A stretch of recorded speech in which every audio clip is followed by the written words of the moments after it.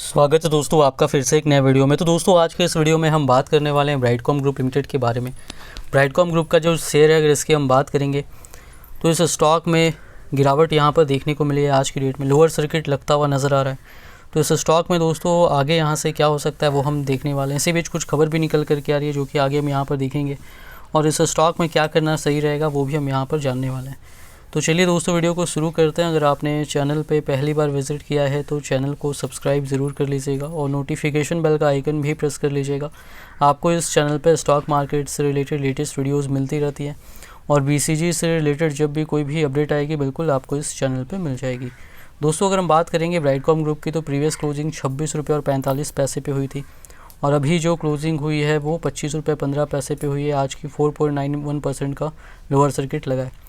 Opening की बात करेंगे तो 25 रुपये 25 पैसे की यहाँ पर जो है ओपनिंग इस स्टॉक में हुई थी। उसके बाद यहाँ पर 25 रुपये 95 पैसे तक का हाई भी बना। थोड़ा प्राइस फ्लक्चुएट हुआ शुरुआत में कुछ देर तक, उसके बाद इस स्टॉक में लोअर सर्किट लग गया और 25 रुपये और 15 पैसे पर यहाँ पर क्लोजिंग देखने को मिली है। देखिए इस स्टॉक की बात करेंगे दोस्तों तो ऑपरेटर्स इस स्टॉक में एक्टिव हैं, जैसा कि मैंने पहले ही बताया हुआ है। कभी भी यहाँ पर तेज़ी और गिरावट देखने को इस स्टॉक में मिल सकती है। और यहाँ पर हालांकि आज तो लोअर सर्किट लगा है और अपर सर्किट आज तेज़ी होने के चांसेस थे, लेकिन यहाँ पर गिरावट हुई है। लेकिन यहाँ पर देखिए 23 रुपये से 26 रुपये का जो लेवल इसके बीच में यहाँ पर स्टॉक है, तो जब तक 23 रुपये के लेवल के ऊपर है यहाँ से तेज़ी होने के चांसेस रहेंगे। अगर वो ब्रेक होता है तो फिर स्टॉक नीचे जा सकता है।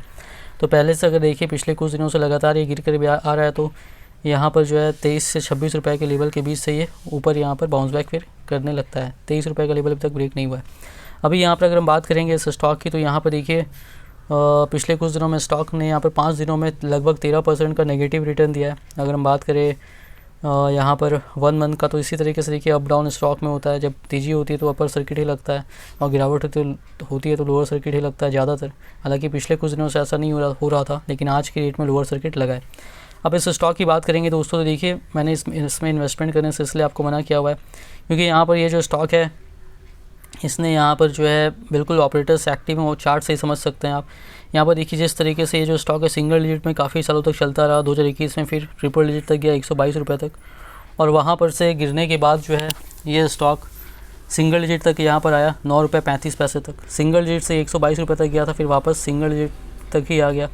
कुछ ही महीनों के अंदर यहाँ पर ये सब हुआ। कुछ ही महीनों तक उतने लेवल पर गया, फिर धीरे धीरे करके यहाँ पर गिरना भी शुरू हो गया।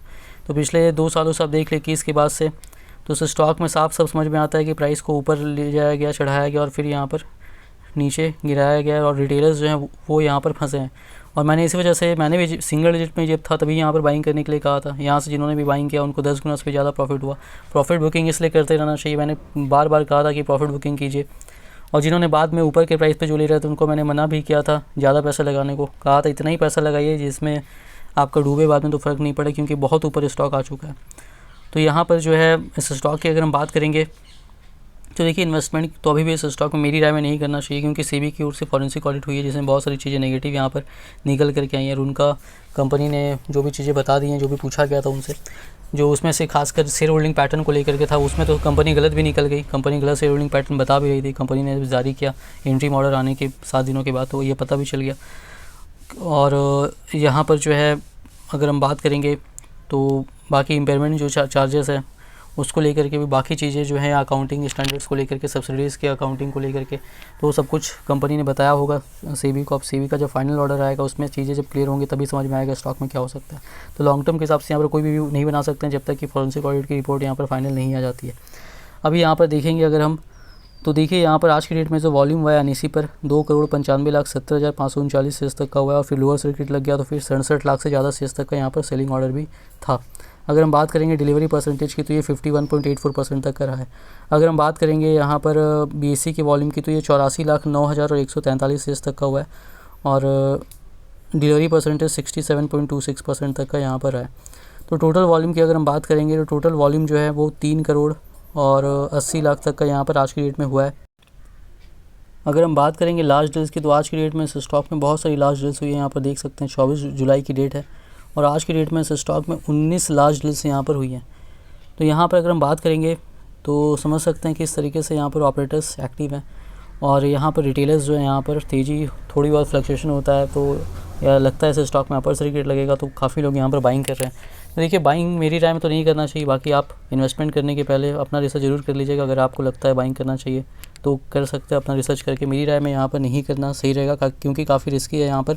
अभी यहाँ पर अगर हम बात करेंगे तो देखिए यहाँ पर जो है कल की डेट में यहाँ पर कंपनी की ओर से एक नोटिस जारी किया गया था, 22 जुलाई को जारी किया गया था रात को। और यहाँ पर बताया गया था कि कंपनी ने यहाँ पर जो है कोलैबोरेशन किया है लूपमी इंटेलिजेंस मार्केट प्लेस के साथ। ये जो है यहाँ पर अपने नेटवर्क में यहाँ पर AI के क्षेत्र में यहाँ पर जो है एक्सपर्ट है, और इससे जो है यहाँ पर एडवर्टाइजमेंट कंपनीज़ को यहाँ पर उन कैपेबिलिटीज़ का फ़ायदा मिलता है। तो ये अच्छी खबर थी, और इससे उम्मीद थी कि हो सकता है तेज़ी भी देखने को मिले, काफ़ी लोगों को लगा था।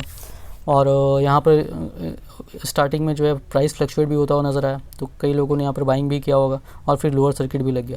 तो देखिए यहाँ पर जो है चीज़ें कंपनी को लेकर के यहाँ पर नेगेटिव है बहुत सारी, जो कि क्लियर नहीं हुई है। तो इस तरीके से यहाँ पर अगर आप बाइंग करेंगे थोड़ा फ्लक्चुएशन होता है, फिर इन्वेस्टर्स बाई करते हैं, फिर लोअर सर्किट लगा दिया जाता है, तो रिटेल इन्वेस्टर्स ऐसे में फंस जाते हैं। तो यहाँ पर देखिए इस स्टॉक्स में फंसना नहीं है, क्योंकि अगर फॉरेंसिक ऑडिट नेगेटिव आया तो फिर ये सिंगल डिजिट में आपको वापस से जाता हुआ नज़र आने वाला है। तो यहाँ पर ये बातें आपको यहाँ पर ध्यान में रखनी है। अब यहाँ पर अगर हम बात करेंगे, हालांकि ये ठीक है, ये कंपनी कर रही है इस तरीके से, पहले भी कुछ चीज़ें निकल कर के आती रही हैं, लेकिन यहाँ पर जो है कंपनी को लेकर के जब तक जो सेबी की जो फॉरेंसिक ऑडिट है वो क्लियर नहीं होगा, कुछ भी व्यू यहाँ पर नहीं बना सकते कि कंपनी का टारगेट आप नहीं दे सकते इतना अच्छा होने वाला है या ऐसा होने वाला है, बहुत अच्छा होने वाला है। क्योंकि कंपनी का रिजल्ट बहुत अच्छा आ रहा था Q1, Q2, Q3 last year में, लेकिन प्राइस लगातार गिरता ही गया, नीचे सिंगल डिजिट तक आ गया, जिस तरीके से सिंगल डिजिट से ऊपर तक गया था। तो यहाँ पर अगर हम बात करेंगे तो ये जो स्टॉक है, इस स्टॉक में यहाँ पर इन्वेस्टमेंट करने में मेरी राय में यहाँ पर जब तक चीज़ें क्लियर नहीं होती बिल्कुल भी नहीं करना चाहिए। अब देखिए यहाँ पर मैं नया शेयर होल्डिंग पैटर्न दिखाना चाहूँगा। प्रमोटर होल्डिंग वही है 18.44% जून 2023 में, और प्लेस शेयर 4.63 से घट के 3.67 हो गया। पहले भी ज़्यादा प्लेस नहीं था और अभी और थोड़ा घट गया। देखिए यहाँ पर FIIs होल्डिंग घटी है, 15.79% था लास्ट क्वार्टर में, अभी 8.9%, यानी समझ लीजिए लगभग 7% यहाँ पर घट गया है। तो यहाँ पर अगर हम बात करेंगे तो देख सकते हैं FIIs ने यहाँ पर शेयर को बेचा है लास्ट क्वार्टर में। अब यहाँ पर बात करेंगे अगर हम DIIs की, तो इनका भी 0.88% से 0.08% हुआ है। तो इन्होंने भी लगभग अपना होल्डिंग यहाँ पर ख़त्म ही कर दिया है इस स्टॉक में। जो तेज़ी देखने को मिली ऊपर, उसमें इन्होंने यहाँ पर बेच कर निकल गए। अब देखिए यहाँ पर FIIs की बात, DIIs की बात करेंगे तो इन्होंने यहाँ पर 0.0 दिसंबर 2022 तक कितना था 0.06%, मार्च 2023 में जो है ये बढ़कर 0.88% हो गया। जब शेयर का प्राइस काफ़ी नीचे था उस वक्त उन्होंने बाइंग किया, और फिर यहाँ पर जो है इसको यहाँ पर वो बेच करके निकल भी गए उसके बाद। तो यहाँ पर जो है अगर हम बात करेंगे इस स्टॉक की, तो चीज़ें यहाँ पर पॉजिटिव नज़र नहीं आ रही हैं, काफ़ी चीज़ें नेगेटिव हैं। अब यहाँ पर देखिए पब्लिक होल्डिंग देख सकते हैं, ये यहाँ पर बढ़ा है, यानी जब इसमें यहाँ पर गिरावट हुई स्टॉक में तो फिर नीचे भी जब गया था तो यहाँ पर काफ़ी सारा यहाँ पर पब्लिक ने यहाँ पर बाई किया है शेयर को, और उनकी होल्डिंग अब यहाँ पर बढ़ गई है 64.87% से बढ़ के 72.57% यहाँ पर पहुँच गई है। यानी कि समझ लीजिए लगभग 8.5-9% उन्होंने यहाँ पर बाइंग किया है। तो अब यहाँ पर अगर हम बात करेंगे इस स्टॉक की, तो देखिए यहाँ पर दोस्तों बाइंग करेंगे अगर आप, तो यहाँ पर फंसने वाली बात बिल्कुल हो सकती है। काफ़ी रिस्क है इस स्टॉक में, बस यही मैं यहाँ पर बताना चाहूँगा। और तेज़ी तो यहाँ पर देखिए 23 रुपये का लेवल जब तक मेंटेन करेगा, हो सकता है फिर से तेज़ी होती नज़र आए, और ऑपरेटर्स एक्टिव में कभी भी इसमें तेज़ी और गिरावट हो सकती है। इन्वेस्टमेंट करने के पहले अपना रिसर्च जरूर कीजिएगा। वीडियो पसंद आई तो वीडियो को लाइक कीजिएगा, चैनल पर पहली बार विजिट किया तो चैनल को सब्सक्राइब जरूर कर लीजिएगा।